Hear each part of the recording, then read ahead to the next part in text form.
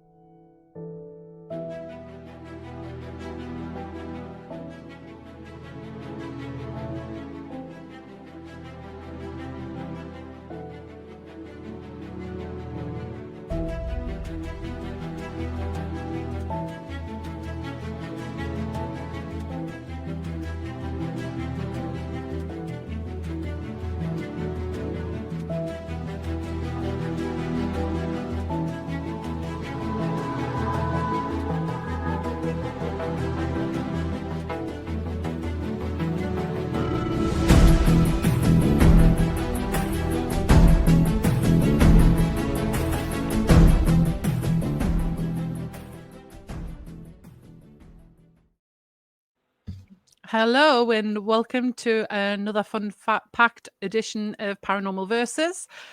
Sorry we've been away for a while, but now we are back and bigger than ever. There's been a few changes to the season. As you can tell, my wonderful co-host Michael Kopf is still here, and we've got a special co-host tonight. I'm just trying to figure it out because I always get this wrong. Enoch Smith. Enoch Smith? That's correct. Trying my best to get it right. Tonight it's just going to be the hosts and we're going to chat about everything paranormal. So if there's anybody that wants to ask for any questions about personal experiences of our own or anything to do with a geological location, because I'm from the UK, obviously, judging by my dodgy accent. Michael's from Texas and Enoch's from North Carolina. So basically, if there's anything you just want to know about like the paranormal cryptids or whatever from our locations, put it in the comments and we'll do our best to answer it. So yes, Michael, is there anything you want to say tonight? I'd just like to say howdy, y'all. Howdy, y'all. I just thought I'd have some fun since you said Texas. Yep. Thank you so much for having me on. Yes, thank you for coming on. So glad that you could come on. Yeah. Really glad that you could come on. It'll be fun anyway, so. Oh, yeah, definitely fun. I'm excited to be back and excited for Season 3 and all that it's going to bring us. Yeah. Yes, it's definitely fun. We've got some amazing guests lined up for the next few months, so yeah. Just noticed we've got a viewer there listening from California. Hello, viewer. Hello, is it Mona? Mona7198. Hi. I haven't got my glasses on, so I can't see properly. But does anybody want to start talking about, I don't know, what experiences they've had, or why don't we start with sharing what we've been going on while we were on break? Yeah. We'll start with you, Kell. As you know, that for a while I was hosting at the Ancient Ramen down in Gloucestershire with Matt, and basically there was a few things that happened there, but obviously we chose to leave, so we're not there no more. But I haven't really done that much apart from that in the paranormal for a while, because that was like a bit of a handful, a bit of a trek. So, but I'm hoping to get things started soon. So, yeah, there's nothing really interesting going on right now. All right, well, I'll go next. So I have done a few paranormal events where I went and investigated some locations, and I have my other podcast shows that I've been doing, and I actually took, I'm really proud of myself, 2 weeks off from shows every day. Wow. So that was a nice break, and it gave me enough time to prepare for Season 3. And so I am like pumped up and ready to go. And I'm shocked. Yeah, I I'm had a friend shocked you ask actually put me. time off. Yeah, I know. I rarely do, and I had a friend that runs a show, and she's like, "How do you keep from burning out?" And I was like, "Well, I haven't yet, but I did decide to take 2 weeks off because I was looking at my episode counts, and I was like, I think I did more than enough episodes for the year to." So I was like, I felt comfortable going, I'm not robbing people of the shows if I take some time away. So I You're tried always getting to, into something. yeah. Cool. So that's what I've been doing. And, You certainly are the podcast king, aren't you, Michael? I have to say, I was talking with a friend and we were talking about where we wanted our lives to go and where we are now. And I said to her, growing up, I always thought I would be a teacher, but it never worked out. And she laughed and she goes, Well, you realize you teach people on your podcast shows. And I was like, Never thought about it that way. So I've come full circle to now being the teacher. So we were commenting how things don't always look the way we think they're going to look growing up. And so you still may achieve your dream, just not the way you thought it was. Yeah. Yeah, life's weird like that sometimes. Certainly is. It is. So, Enoch, what have you had going on? Anything? Nothing much as far as paranormal. I've been so tied up with the holidays and stuff like that. We ended up hosting Thanksgiving, Christmas, did some stuff on New Year's, which didn't have to do a whole lot of stuff for New Year's. It was actually a decent little bit of a break. Outside of dealing with family and trying to get this business off the ground, it has been one thing after another. Running around with my head cut off, as we say in the South. Yes, we do. So anyway, just a few questions anyway. Where you're from, Enoch, there's like obviously you've got the mountains and you've got the sea and everything else like that. There was an island around your way that people disappeared from, and it's like a mystery. Do you know anything about that? Yes. That's the Outer Banks. Excuse me. One of the most famous coastal stories out there. The whole lost colony tribe. English came and dropped off some settlers and ended up leaving them for a while to see, how they were able to survive and stuff. They came across some local natives. The English left and came back about 3 years later, only to find that all of their settlers were gone except for one skeleton. And beside the tree that the skeleton was laying beside was the words carved into it, Croatoan. And it's still a big mystery to this day. We don't really exactly know what's going on. There's still people out there trying to figure this out. It's actually really neat. The Outer Banks is just a beautiful spot and all kinds of history in itself between pirates and stuff like that. It is all over the place. Wow, that sounds amazing. It certainly is a bit like of a mystery, like when a whole like load of people go missing and there's just like no sign of them whatsoever. That's really weird. Gone. Yeah, I wonder if it was aliens. I was gonna say it's almost like they went through a portal. I never thought about it that way. Yeah, possibly. I mean, you would have had like remains or something, if there had been disaster or something, but for a whole like little town thing to disappear, that is certainly strange. I don't even think they found burial sites or anything. No, they haven't. Yeah, the whole Roanoke lost colony story is just amazing, and yeah, it always alters from who's telling it just slightly. And if you go out there and talk to them, it's the same story but with different, like greater differences. Talking to half those people out there on certain islands, you can barely even understand them. It's almost like a separate language. They're speaking English. It's just insanely difficult to understand unless you're from that area. Wow.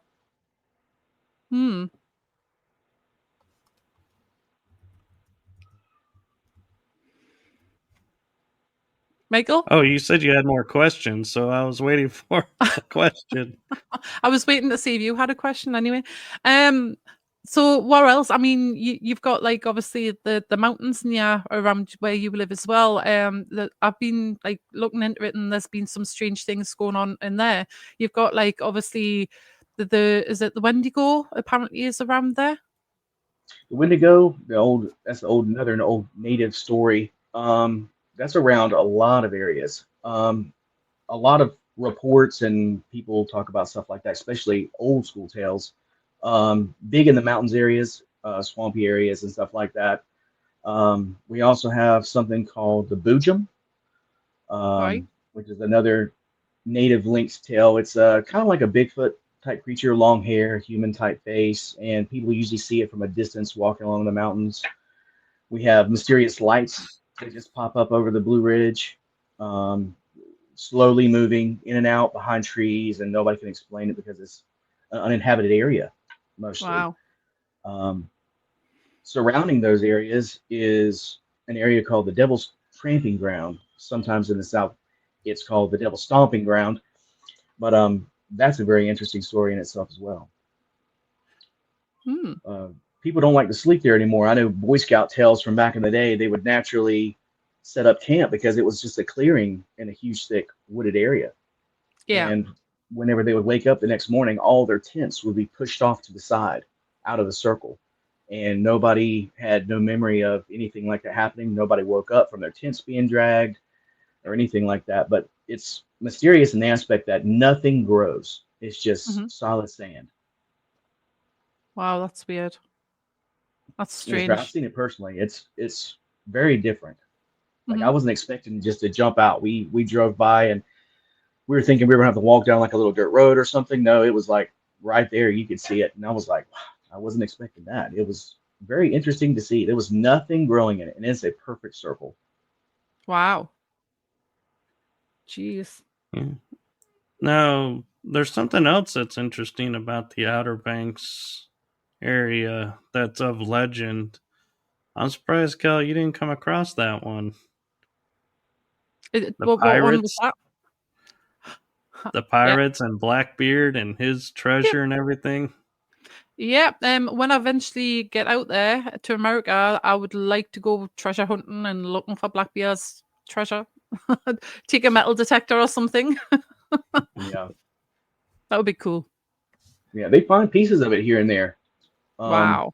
A couple years back, they actually found an anchor, and once they cleaned it up some, it was marked the English or the correct English sigils or whatever were on it and stuff, and they were able to trace it back to supposedly the Queen Anne's Revenge, which was his ship.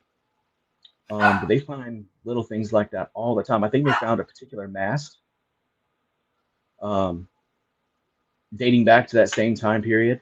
But Mhm. yeah, they every 3 or 4 years you hear about something else that's been found. Wow. Yeah. And I'm curious if you guys had the same effect that Florida has, where a storm will come through like hurricane waters, and all of a suddenly a wreck will be on the beach just sitting there, and people just walk up and are like, where did this come from, and what Yes, is this? yes. There's actually a shipwreck that is exposed right now on the actual beach itself, um, on Topsail Island, close to where I live. The people ask not to touch it, but of course people like to go around and just look at it, take pictures. But it's nothing incredibly famous. But whenever a big storm comes through, or some big surge, or sometimes even really good like super moon, full moon, something like where the tide shifts a little bit, it uncovers itself just a little bit more, and then all of a sudden you go back out there the next day and it's completely gone. Wow. Um, yeah, we do have stuff like that. And one of the biggest things that people love to do after a big storm or hurricanes especially, is to go out there on the beaches with metal detectors and stuff. I've had family members that have found old school Civil War relics, Revolutionary War relics. You can always see it from the water too. It has this very distinct patina color, that shows that there was like an old lead ball or something like that, and you just pluck it right up, and Wow. it's really neat to find. So, like, obviously, the area you're from, I mean, have you been investigating down there a while or? Uh, Not too much. Most of the stuff that I usually come across is by accident, like nothing I Mhm. ever asked for. I'm not going to say Right. necessarily that it's a ghost or a demon or anything like that, but I will say it's completely unexplained, which by definition would be paranormal. But Mhm. there are a couple of good sites that I would like to investigate here within this year. That's one of my goals this year is to actually get out and do a little bit more exploring this year because I get so caught up with doing everything here at the house that I lose sight of all reality around me and I have to like slap myself out of it. Okay, let's go do something for yourself now. Let's go do this. Let's go explore this. And so Yeah. hopefully some good changes for 2025. Yeah. I know the feeling. It's like obviously just life sort of takes over and like you get caught Mhm. up. Unless you're like Michael that like lives and breathes it 24/7. Yeah, I try to. Yeah. Yeah. I yeah. I mean think I it see would your face be on the internet more than other people's. the it's very hard to like get locations and stuff like that over here. I don't know if it's the same over there, but it's like now that everybody and the uncle is into this sort of stuff, it's like people have put the prices up and it's like absolutely ridiculous to investigate places. It's Hmm. like so it's brilliant when you just get like that little gem where nobody else is like obviously investigated and you're the first people in there to do the investigation. That's what I like doing. Yeah, Yeah. it goes one of two ways, especially here in the South. People are very protective over property that they own, Mm, especially if it's got some historical aspect to it. You have to know somebody that knows somebody to really get, in on something like a very highly investigated area or wanting to be investigated. But when it comes to um, other people that actually have grown hip to the idea where I can actually make some money, letting people, come investigate this, and all they're doing is walking around, doing what they're supposed to do. They're not there to damage anything. They're mhm. really open to it. But a lot of things like that in the South are protected now historically. Yeah. So you have to go through all kinds of bells and whistles and paperworks and special permissions and stuff like that. But you can get pretty lucky on certain things, like the battleship, the U.S. North Carolina. Mm. You can investigate that.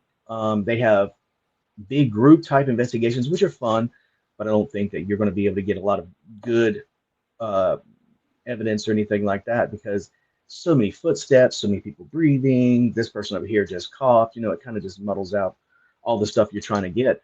But I'm not exactly sure what the prices are since things have changed so much in price as of late. But I know you can get like a group of people, like maybe 6 people, and rent it out for like 8 hours, 10 hours, something like that, and give them a fee, and they'll let you just go crazy.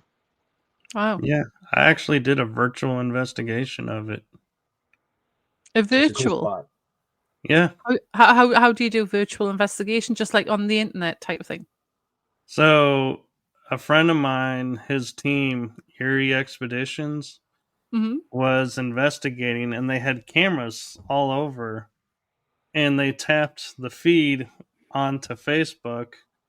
And so me and a friend in Georgia were on there and we were commentating what's going on for everybody that was watching on Facebook. So it was like if you've ever seen the Tennessee Ray Chasers Haunted Live show where the guy commentates and then says, "Oh, let's go here and let's see what they're investigating."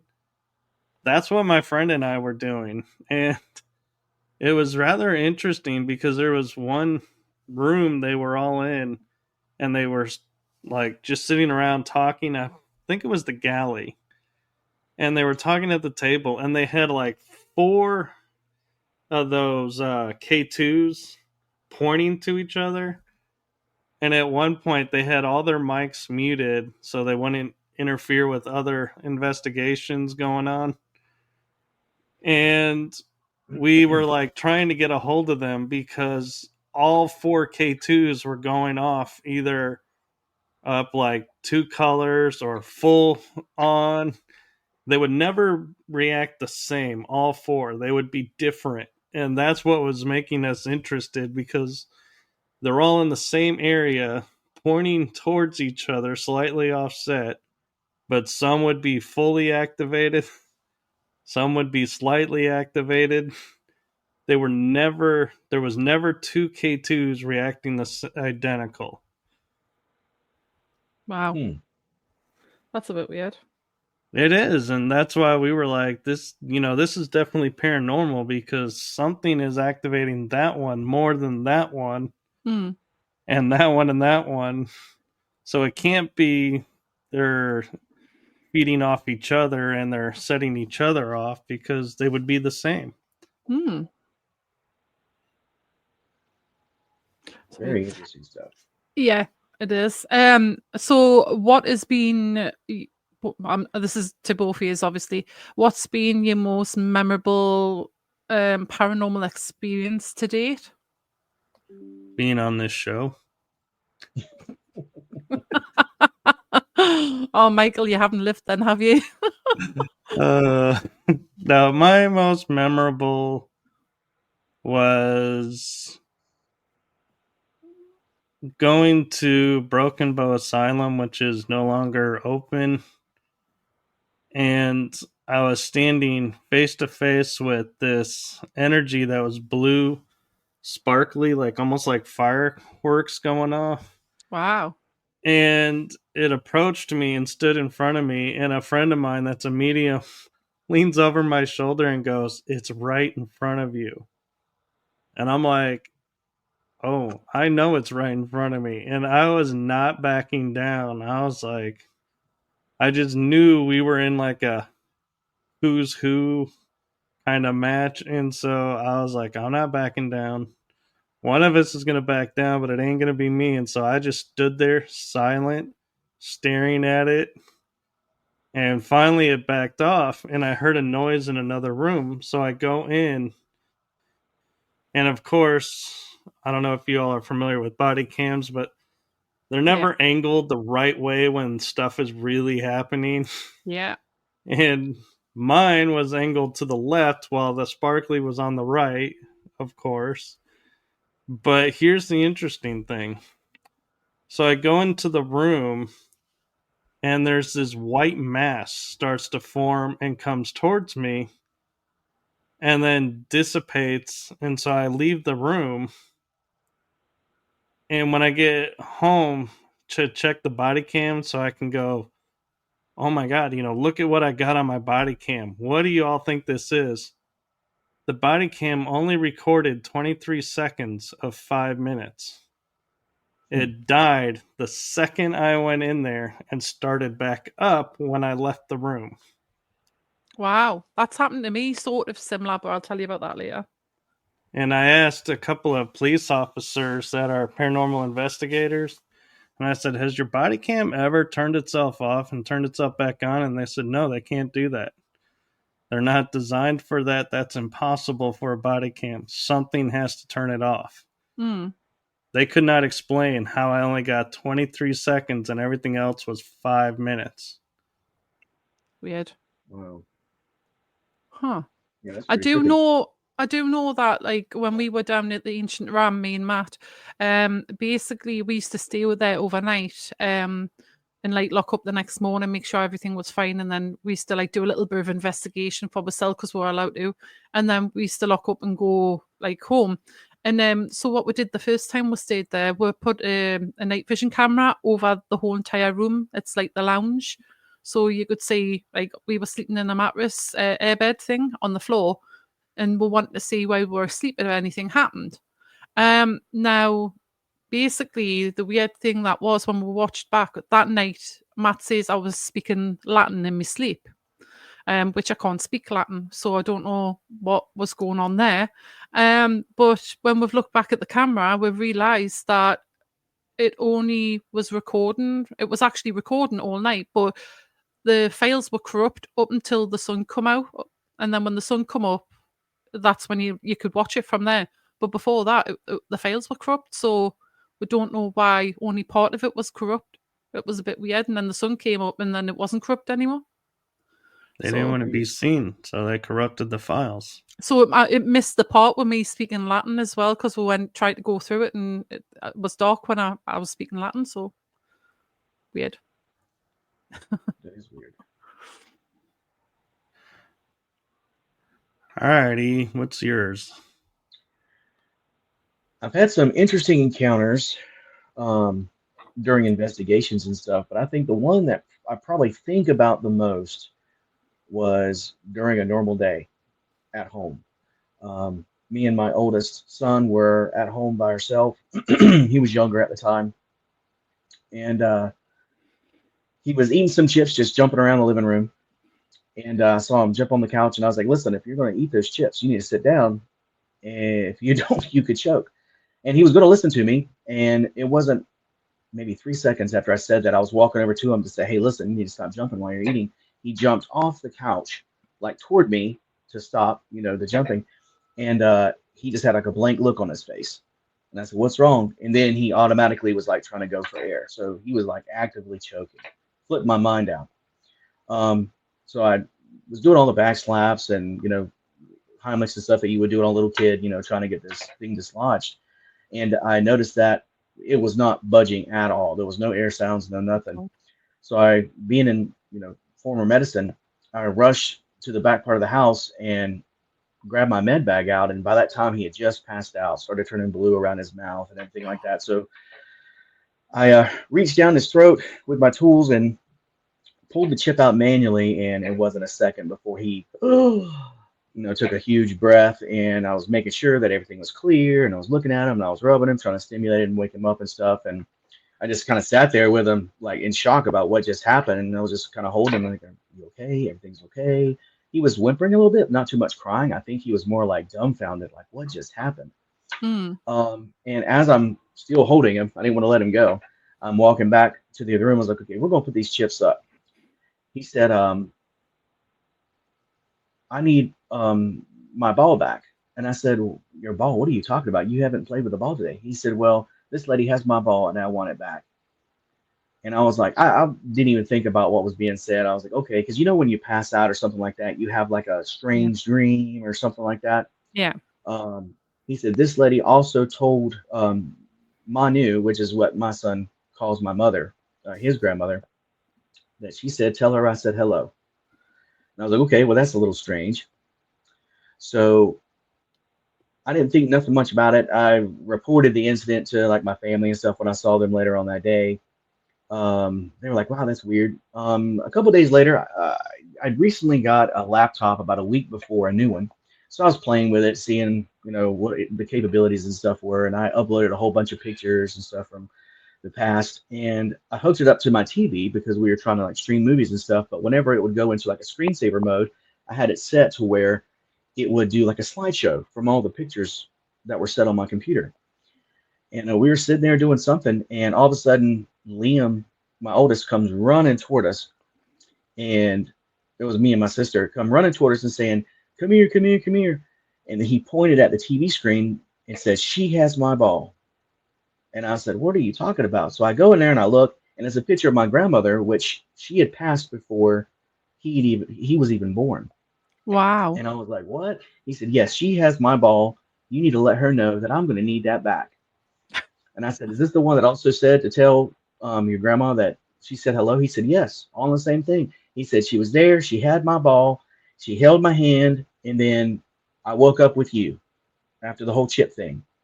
And I was like, "Oh my gosh." So I immediately called my mom and told her about it. She breaks down. She's like, "Oh my gosh. While he was going through that situation, your grandmother came and just kind of made him stay comfortable during everything to kind of just kind of ease him a little bit." But I think about that situation quite often because he had never Mm. really we were in the process of moving and stuff like that multiple times when he was that age. So I didn't have like pictures displayed out. He didn't really see, old family members at the time that have already passed on and stuff. It was just what I had on my computer at the time. We still had boxes and stuff that were unpacked. So he had never seen this person before ever until Wow. that moment. Hmm. So yeah, I think about that quite often because that was very, very strange, Hmm. but special. I have a strange question. How much time passed between the event and him seeing that photo? Maybe 2 days. Oh, okay. Because to me, I was thinking if it was like weeks or months, that's really impressive that he could recall that. But even 2 days later, that's still impressive that he could recall that image so clearly. Yeah. Well, he loved the movie Cars. He was all about the Lightning McQueen character. And that ball that he was talking about had Lightning McQueen on it. So he always knew where it was. And when he said she had my ball and he wanted it back, like he he had the investigation on lock. Like he knew where his stuff was. So as soon as he saw that picture, he was like, "Nope, that's her. I need that ball." Wow. Yeah. That is pretty cool. That is cool. Yeah, as Matt says there, we caught me dad's like a reflection in my kitchen window. It was after we'd done me and Michael had done a show once. I video called Matt, and he took a screenshot and he sent it to us, and he didn't notice it at first. But then when I zoomed in, I was like, "Oh my god, that's my dad standing looking out the kitchen window with his back towards me." And like I've still got it, I can show you. And when you zoom in, and then it's the same. I've got a photo of him that used to be up on my wall, and he was wearing exactly the same clothes as what was in the photo on the wall. But I've showed it to all my family members, and I go, "Who's that?" in the reflection, they go, "Oh, that's my dad or my granddad." So it's like family members have confirmed it was definitely him standing there, same height and everything. You can just see him looking through there. So that was pretty cool. But then there was another time when I was on video call to Matt at the same time, when he was in his old house, and he like just got a strange look on his face, and I looked behind him and I thought, who the hell's that woman in his like other room, what his office room? And I'm thinking, why is there a woman in there? Has she just walked in, or this sounds strange, but I was thinking, is he trying to hide somebody from us in there? And I was thinking, that's not like him at all. So I was like, Matt, who's that woman behind you? And he was just like, you seen her as well, did you? I was like, yeah. You went, describe her to us. She's got blonde, curly-ish hair. He was like, yeah, that's the same one as I seen. I was like, so who was it? He went, that's my ex who died years and years ago. I was like, oh my God. The shivers went through us like you wouldn't believe. Wow. But yeah, it's happened a couple of times when I've been on video call at the same house I was in. He was in the office bit, so the camera was pointing towards his front door area, and I seen a man walk straight past him and go into his bedroom. And I was like, Matt, who's just gone into your bedroom? And he like looked as if to say, oh God, yeah, we'll go again, not again. And he went and checked, nobody there. He went, can you describe him? I says, yeah. He's like obviously a man. He's got like a flat cap type of thing on. I says, and it looks like he's got coveralls on with something clipping onto his legs. So I thought he might have been a gardener or something like that, or somebody that was like just got off his bicycles, but we never found out who he was. But yeah, it's amazing what you can capture on video camera. Like, I mean, just like on a call when you don't actually realize it. Wow, that's interesting.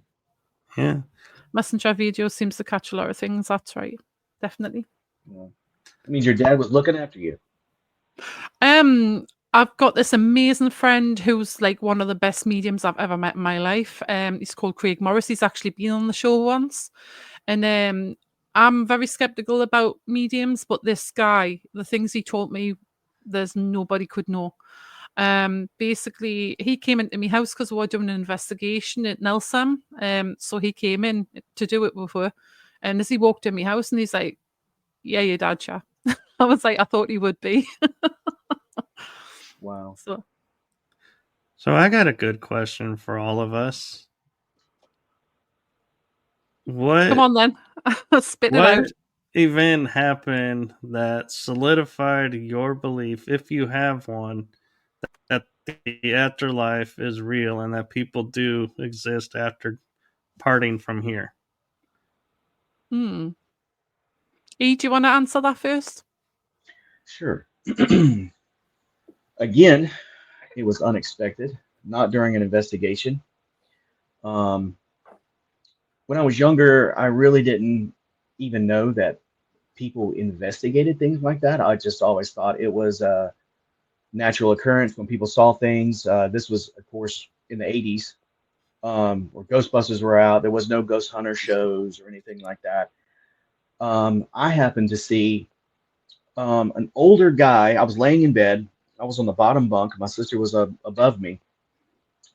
I was laying in bed and I was facing the hall, and the hall light was on because we were young. We had to have the hall light on in order to go to sleep, feel safe.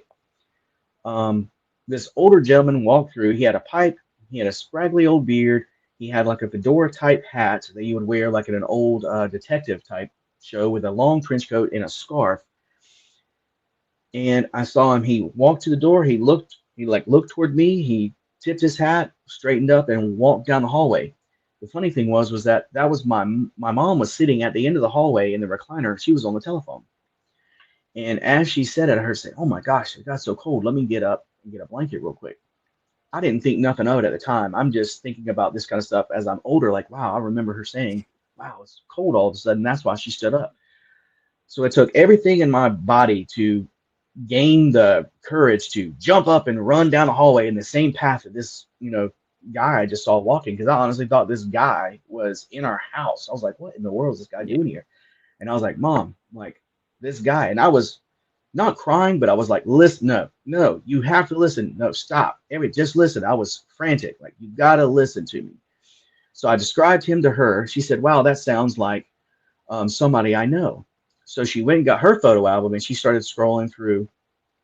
And she said, "Was it this guy? He had the same hat, same scarf, same type of jacket. It wasn't the same color, but same type of jacket. And he had a pipe in his hand while he was dropped it down to take a picture. The picture was in black and white. That's how old this picture was. And it was my great grandfather, her grandfather Barnes."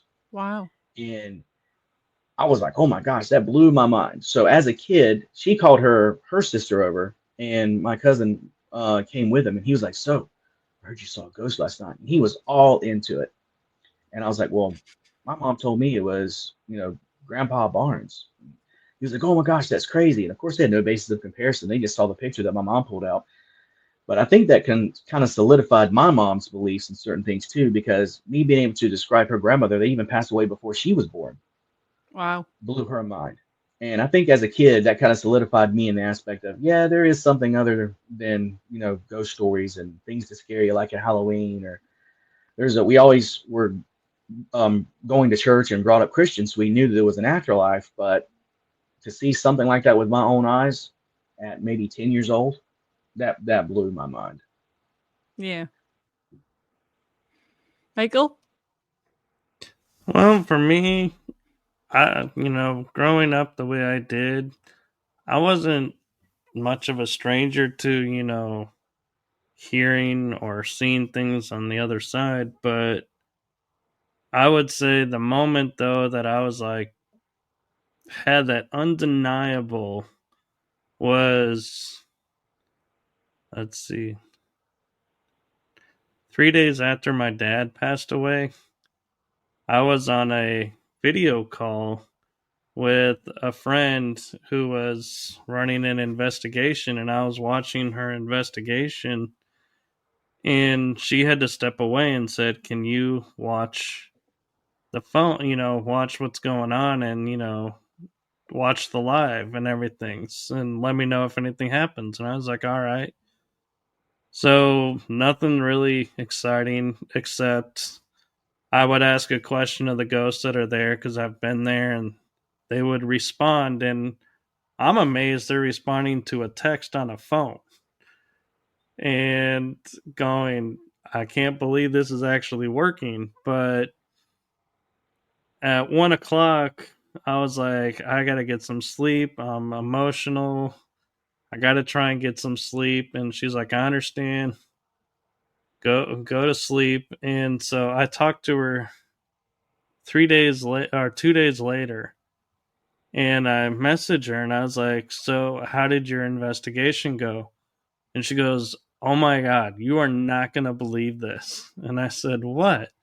She goes, "At 2 in the morning, Friday night, we had a voice come over with a name." And I was like, "Really?" And she was like, "And this name has never been mentioned here before." And I was like, "Okay." And then she says, "But that's not the really crazy thing. The next night, nobody's equipment would work.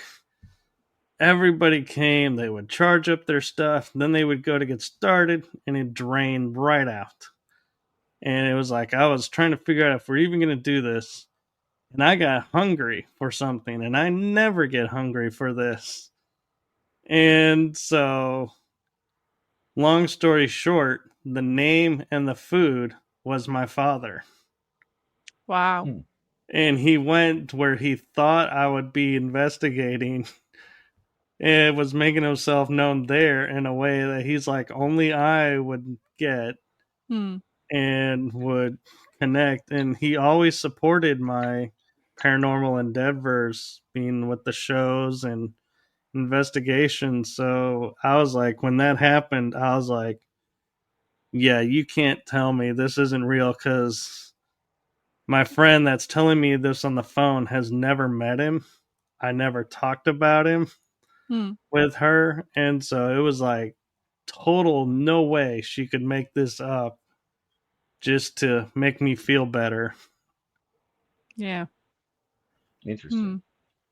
Hmm. And the reason I don't mention the name and the food is because a friend of ours, Kell, when I was telling him, he said, don't mention those key things, because if someone's listening, they'll use it. Yeah. Mm-hmm. And so that's why I got really cryptic really quick with it, is because, yeah, I want to keep it to where if you get it right, I know it's legit. Yeah. Uh-huh.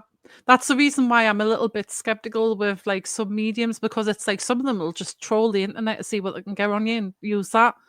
But Yeah. like I say, yeah, I would probably be the same.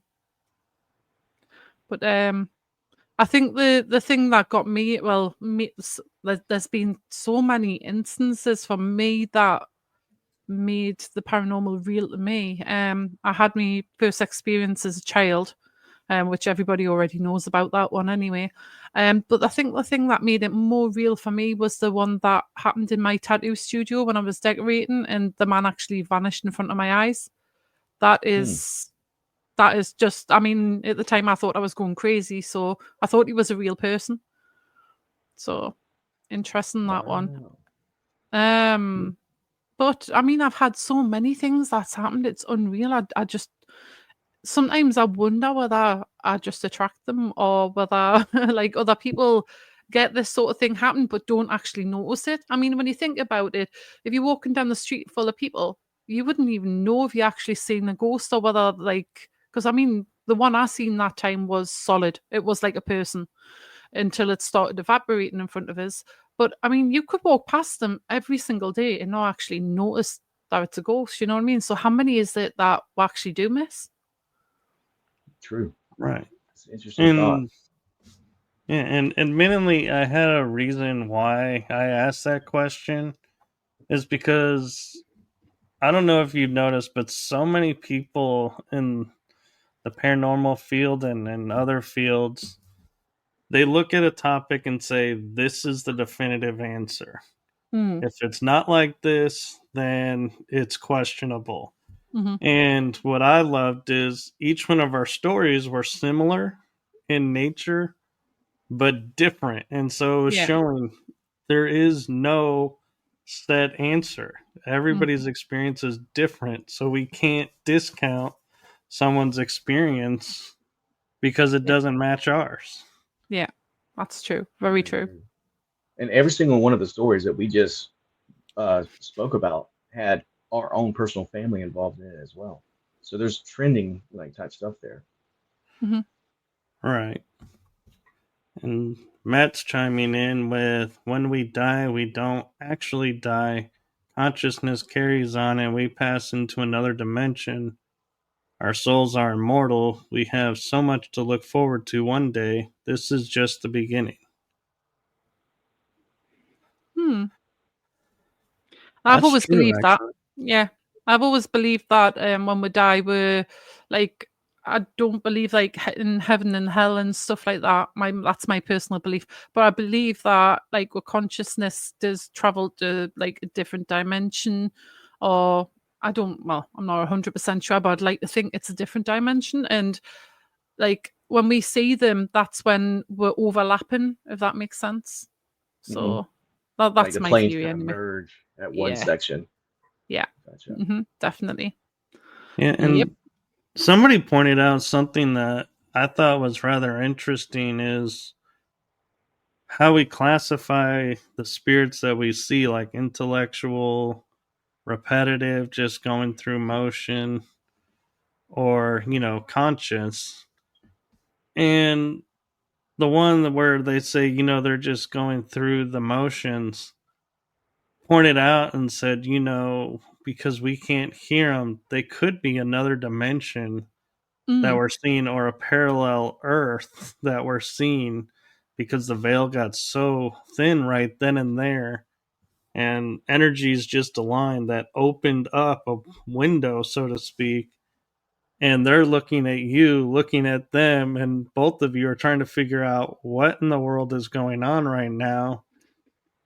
And because it happens so often, people are like, oh, she's just, washing the dishes like she always does. Well, it could be dinner time in another dimension and they just finished and the veil just happens to open then.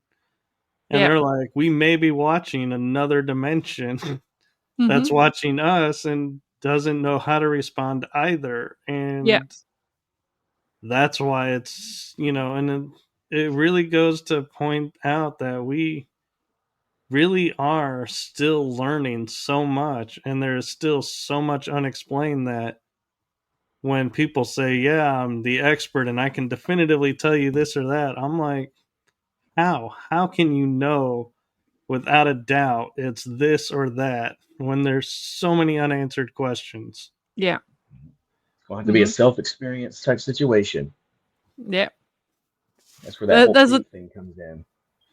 there's another, like, obviously part of that, what you were just saying there, Michael. It could be possibly that, like, obviously there's a like a split, and like you're seeing back into the past, or like, I mean, people from the past that they don't really talk that much about ghosts, but they could have been seeing us in the future and thinking that we're the ghost type of thing.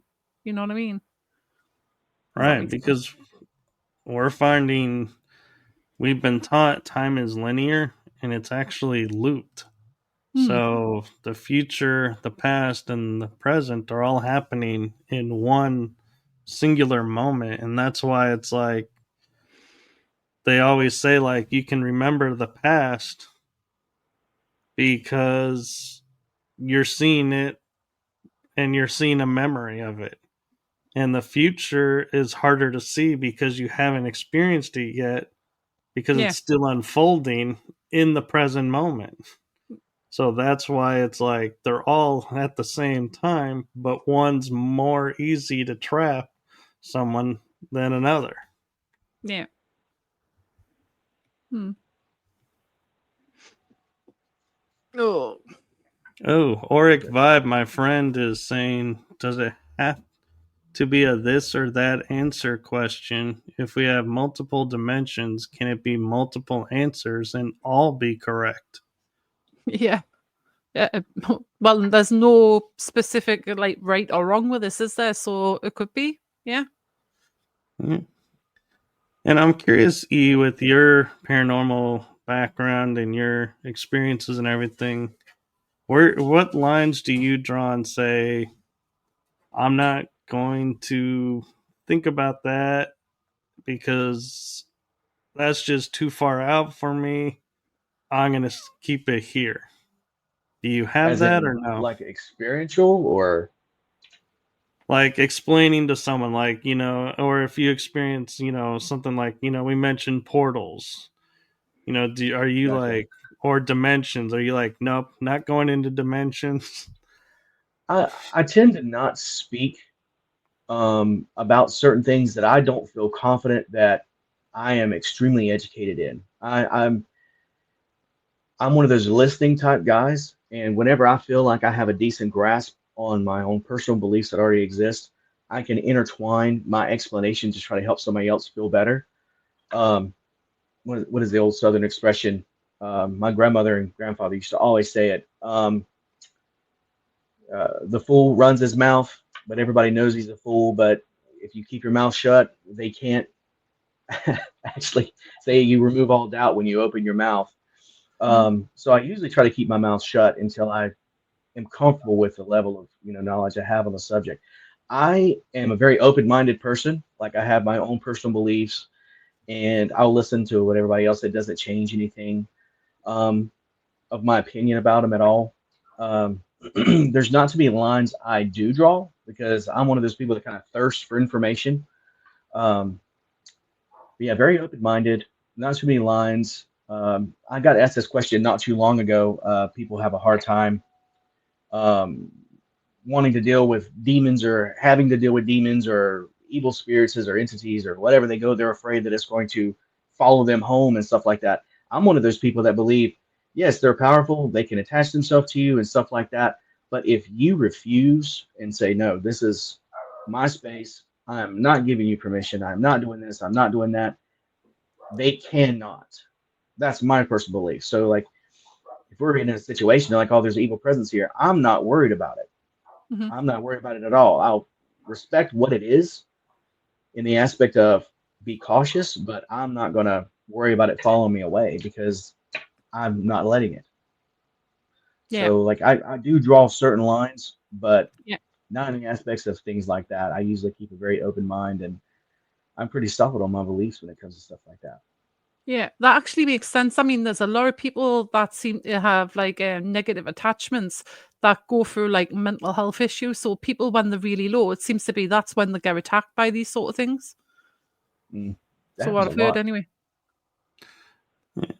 So you actually hit on something that was another question I was going to pose towards the group E, and that was when you're talking with people about if they've had a paranormal experience or not. And so my question to all of you, and I'll answer as well, is when you come up to someone that says, I've never had a paranormal experience, so I'm a not, I don't believe any of this. But how do you approach it, and do you give an example to say, hey, have you ever had this happen?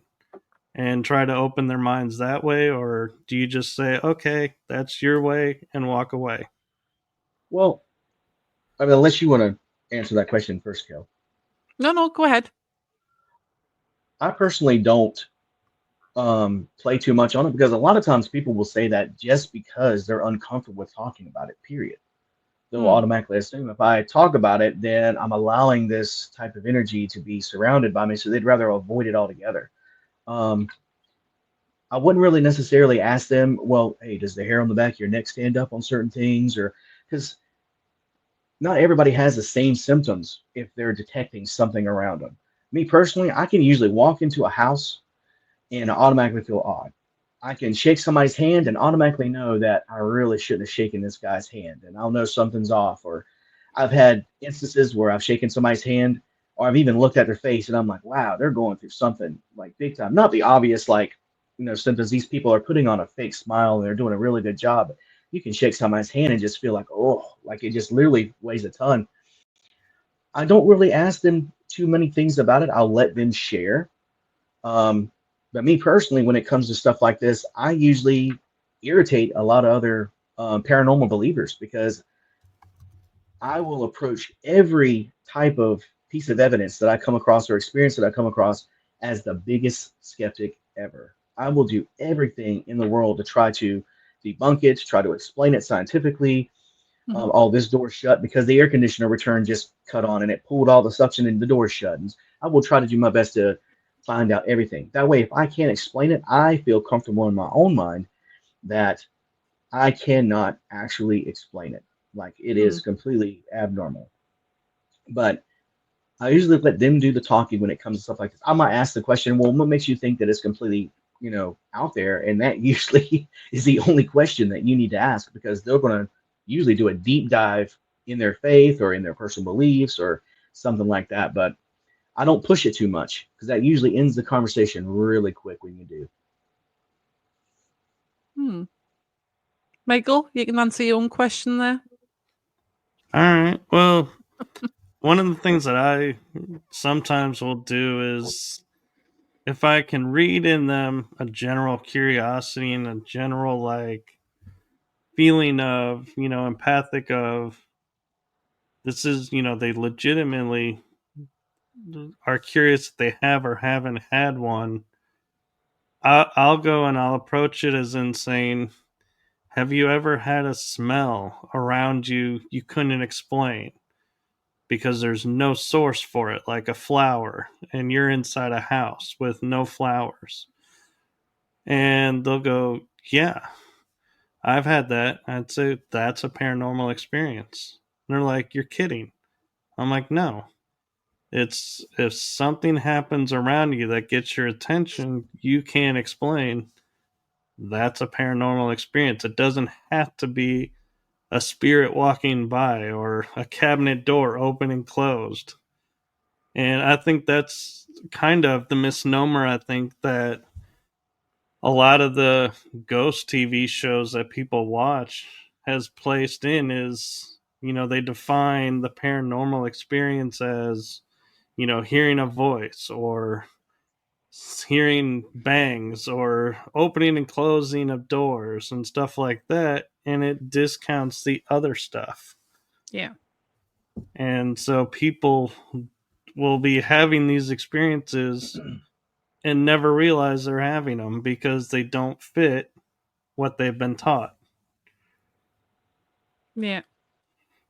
I totally agree with that. Yeah, I like I say, I agree with both of you on that issue. With me, it's people always approach me with that sort of thing and ask me like, how do I do it? Do I do it the same way as what they do on the shows or stuff like that? But I've got all the scientific equipment that the SPR recommend that you have, like air pressure and stuff like that in the house. Basically check to see whether the person originally has got any sort of, I know this sounds horrible, but mental issues and they're not just making it up type of thing. But yeah, it's anything really could be paranormal, but it's like just trying to get that evidence. If that makes sense. Mm-hmm. I've probably gone No, off you're topic a little right. bit there. My brain just goes blank at the minute, so you'll have to excuse me. No, and you hit on something that, you say don't discount, but you have to be very careful with the mental aspect of it because I was talking with some friends on an episode and they were sharing with me an experience they had where their son was dealing with some mental issues and they brought in a paranormal team, and the paranormal team says, wow, you have a lot of attachments, a lot of demons around you. I don't think, there may be no hope for you, and left. Wow. And so they then contacted the organization that I was talking with, and they were like, yeah, we'll come out, we'll take a look and everything. And they couldn't get out right away. And they were like, then the mother called them back like a day or two later and said, well, I regret to inform you, you don't need to come anymore. And they're like, no, it's okay. We believe you. We want to help you. She goes, no, you don't understand. I found my son this morning with a note because there was so many demons attached to me. Oh my I God. couldn't get free. He Mm, took his life. that's horrendous. And that just, I was like, yeah, that's why it really annoys me and is a peeve of mine when somebody will say the demon word without really looking at what's going on around, because there's so much that goes with that they don't think about, and they need to stop and think about. Yeah. Mm-hmm. It's like when there's those teams that'll just go in and like say, oh yes, well this is what we think it is, and it's like you've got to really be careful with what you actually see. You've got to get enough information, enough evidence and stuff like that before you can actually like even give your opinion. Even your opinion's not 100%. So there's no proof in it. There's nothing to actually, like we've been talking about, there's nothing scientifically to say what they are or what there is there, or you know what I mean? It's you just got to be very careful the way you word things, especially like obviously in that instance that you've just mentioned, Michael, you could hurt people even more. So Right. yeah, I would never use the D word around too much. Yeah, very. It is. It is. I agree Just with off that. reviews. Yeah, of course it is. Yeah. Yeah, definitely. I'm gonna like change the because we haven't got that long. Actually, we're a little bit over.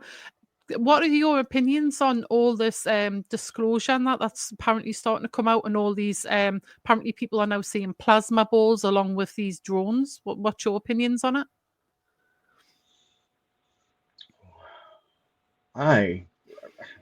It's so off the wall.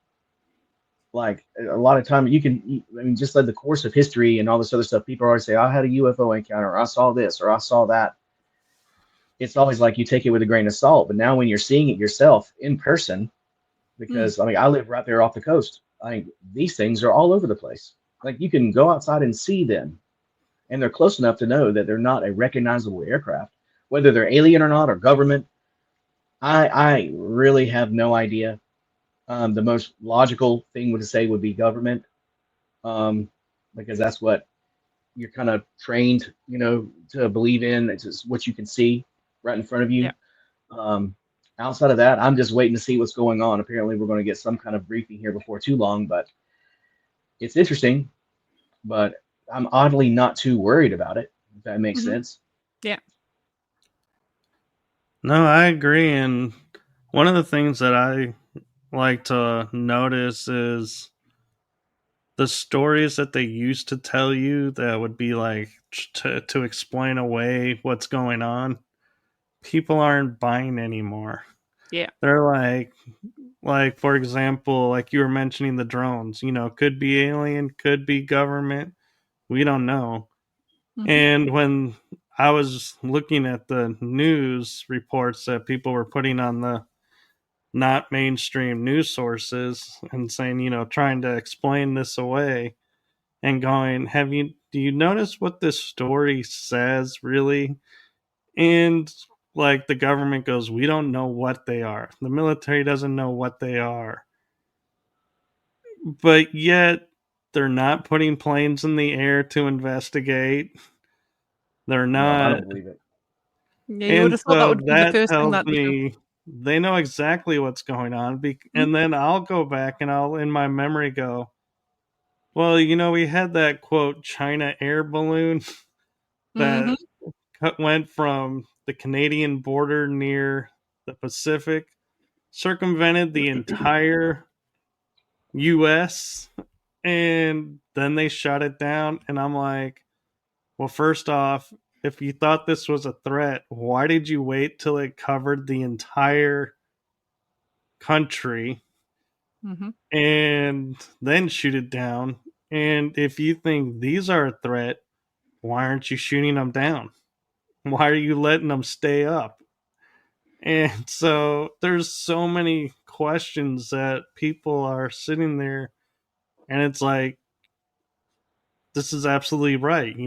Your story doesn't match the actions that you're portraying that are happening. So I think that's part of the disclosure, in my opinion, is we're no longer going to believe like the Roswell crash was a weather balloon. It's just not, their playbook ain't going to work anymore because we've gotten too, I'd like to say, intellectual for that to happen, but still remains to be seen sometimes when you see what's going on outside. I think with like social media and other stuff like that, and like obviously people doing podcasts, groups, other people coming on, it's like more information is getting out there further now. So people are actually sitting up and listening to everybody's experiences rather than what the government are telling them. I mean, wasn't it a couple of weeks ago Donald Trump turned around and said the government know exactly what these things are, but they're not willing to tell you, and I think they should tell you. So I think something's coming soon. But I think it's like what they were saying about Project Bluebeam and stuff like that. It's like, are they going to try and like fake an alien invasion or something like that? So There's no telling. exactly. And one of the things that I thought was interesting too is with the swarm of drones when they first showed up. Everybody was like, "Oh my god, what is this?" and everything, and they're like, "Well, we can't tell you." But then I remembered in the Super Bowl, there was a commercial for, I don't know, I'm not sure if it was the Navy or a company that was working with the Navy, but one of the scenes in the commercial was a ship in the ocean, a hatch opens, and a swarm of drones comes out. Oh, yeah. And everybody's like, well, the government can't explain this and has no idea how this could work. And I'm like, you literally just showed us in a commercial a swarm of drones coming out of a ship. How are you telling me you cannot identify where these are coming from and what it is? You literally just showed us the exact same thing that's going on. Mm-hmm. Wow. Interesting times. Yes, we are living in interesting times. I think everything's going to end up coming to the head, and like something's going to happen. We're going to find out like what's been going on because we're not being told everything. So yeah, and I literally have started saying, like, we talk about whistleblowers and everything, and they're how recent they are. I was like, no, I really think Shakespeare was kind of a whistleblower because his famous line of "May you always live in interesting times." Like, you look at today and you're like, oh my god, was he like foreshadowing this and telling us this was coming? yeah. Oh well. Has any of us got any questions you want to ask? Nope. Nope. I'm good to go. Michael? I mean, you've asked a few anyway, but you've always got some questions sitting up your sleeve, haven't you? Well, what's coming up for everybody? Anything big coming up? I've got a big trip coming up in round about May, I think, April or May. So I'm excited for that. Apart from that, I've not really got anything. It's my birthday in a couple of weeks, so I'm probably going to be going out for the first time in ages for that. So I'm 21 again, in case you want to know. No, but apart from that, I mean, obviously getting back into doing these again. The famous Paranormal Verses, obviously, because we've been off for quite a while. But yeah, this is about it. I've got no plans on doing any investigations right now. I was actually going to start getting filmed to do a series about the northeast where I'm from, doing the haunted, going around different places and telling the story about the history and the haunted element of it. But I don't know when that's going to start. Whether it's going to start when I come back from my trip abroad, or whether it's going to start beforehand. But I'll keep you informed with that. Very cool. How about you, E? I'm trying to keep my head down right now. I got to get my house back in order, and I know 2025 is going to be a very interesting year for me. I know there's going to be a lot of changes and stuff like that. But we shall see what the future unfolds for sure. We shall. I really appreciate you guys having me on, though. It's been a blast. Yes, and before Kell gets on me for not answering my own question, I actually have a couple projects in the works of. I'm working on a book, and in July I will be speaking at a conference. Wow, you get yourself around. And not only am I speaking, I will also be emceeing the event with the founder of it. So hang on. Did you see your MC in it? emceeing and speaking. MCing, like obviously rapping. No, MC means like introducing a lot of the guests. Master of ceremonies. Like master of now. ceremonies. God. I thought you meant because over here MCing, it's like a very fast rap type of thing. And I thought, Wow. I didn't realize he was doing that sort of thing. But No, not that I'm aware of. I'm gonna say I'm gonna You have to start know, thinking of a rap name for you, Mike. I probably could. I am pretty good with words, but I don't know if I could rap it. Like, it'd probably sound really weird if I tried to rap. yeah, MC Mickey K in the place. Yeah, we'll have to work on that one. I like that. Yeah. But we're very glad to have you on. Like, I've been trying to get you on for a little while, so just a little while. And you've always been popping on in the chat every time. Like, obviously, we've got the show, so we really do appreciate that. All the viewers that we get, we just absolutely love them. So about time we might actually get you on a bit more often if we can, like, obviously drag you into it. I love that. Yeah, brilliant. That's excellent.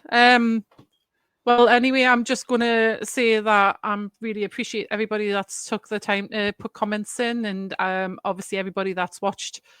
Well, I absolutely love you all, and we'll be back with the guests soon on the next show, which Michael's got all the dates because Michael's the fantastic one that organizes everything. I just basically get ready and just sit here, so I don't really do much. But Michael's got all the information that's coming up soon. And basically, if anybody wants to reach out to E, basically he's on Facebook, and if he wants to give any of his information out, he's quite happy to. But yeah, or you can get in touch with us and we can pass on a message. But I'm going to leave it over to Michael. Yes, and so next episode will be January 30th, the second to last day of January. We're sneaking it in there on you guys, and we have an amazing guest lined up. If you've been watching my shows, you'll recognize her. That's all I'm going to say about it. But keep an eye out in the Paranormal Versus Facebook group because we will be coming more active in there. And like Cal said, we apologize for our kind of disappearing a little bit. We had a lot of stuff going on, and so we are back, and we are going to be more active, and we appreciate every one of you who are sticking around and watching and following along, and bring more friends. And one thing I'm going to add that is really hard for me to do, but it is very crucial. Please like the videos, our episodes, wherever you are. It truly helps with the algorithms to keep our shows popular and up there. And so I know it's and a share if you 2 can. to click the like and invite people to watch with you and share it out to your friends. We love that when you do that. So thank you, everyone. And as I said in the beginning, welcome to season 3. It'll be full of a lot of surprises for you all. Yeah, cool. And with that, I think it's time to showcase the outro. Have fun, everyone. Bye.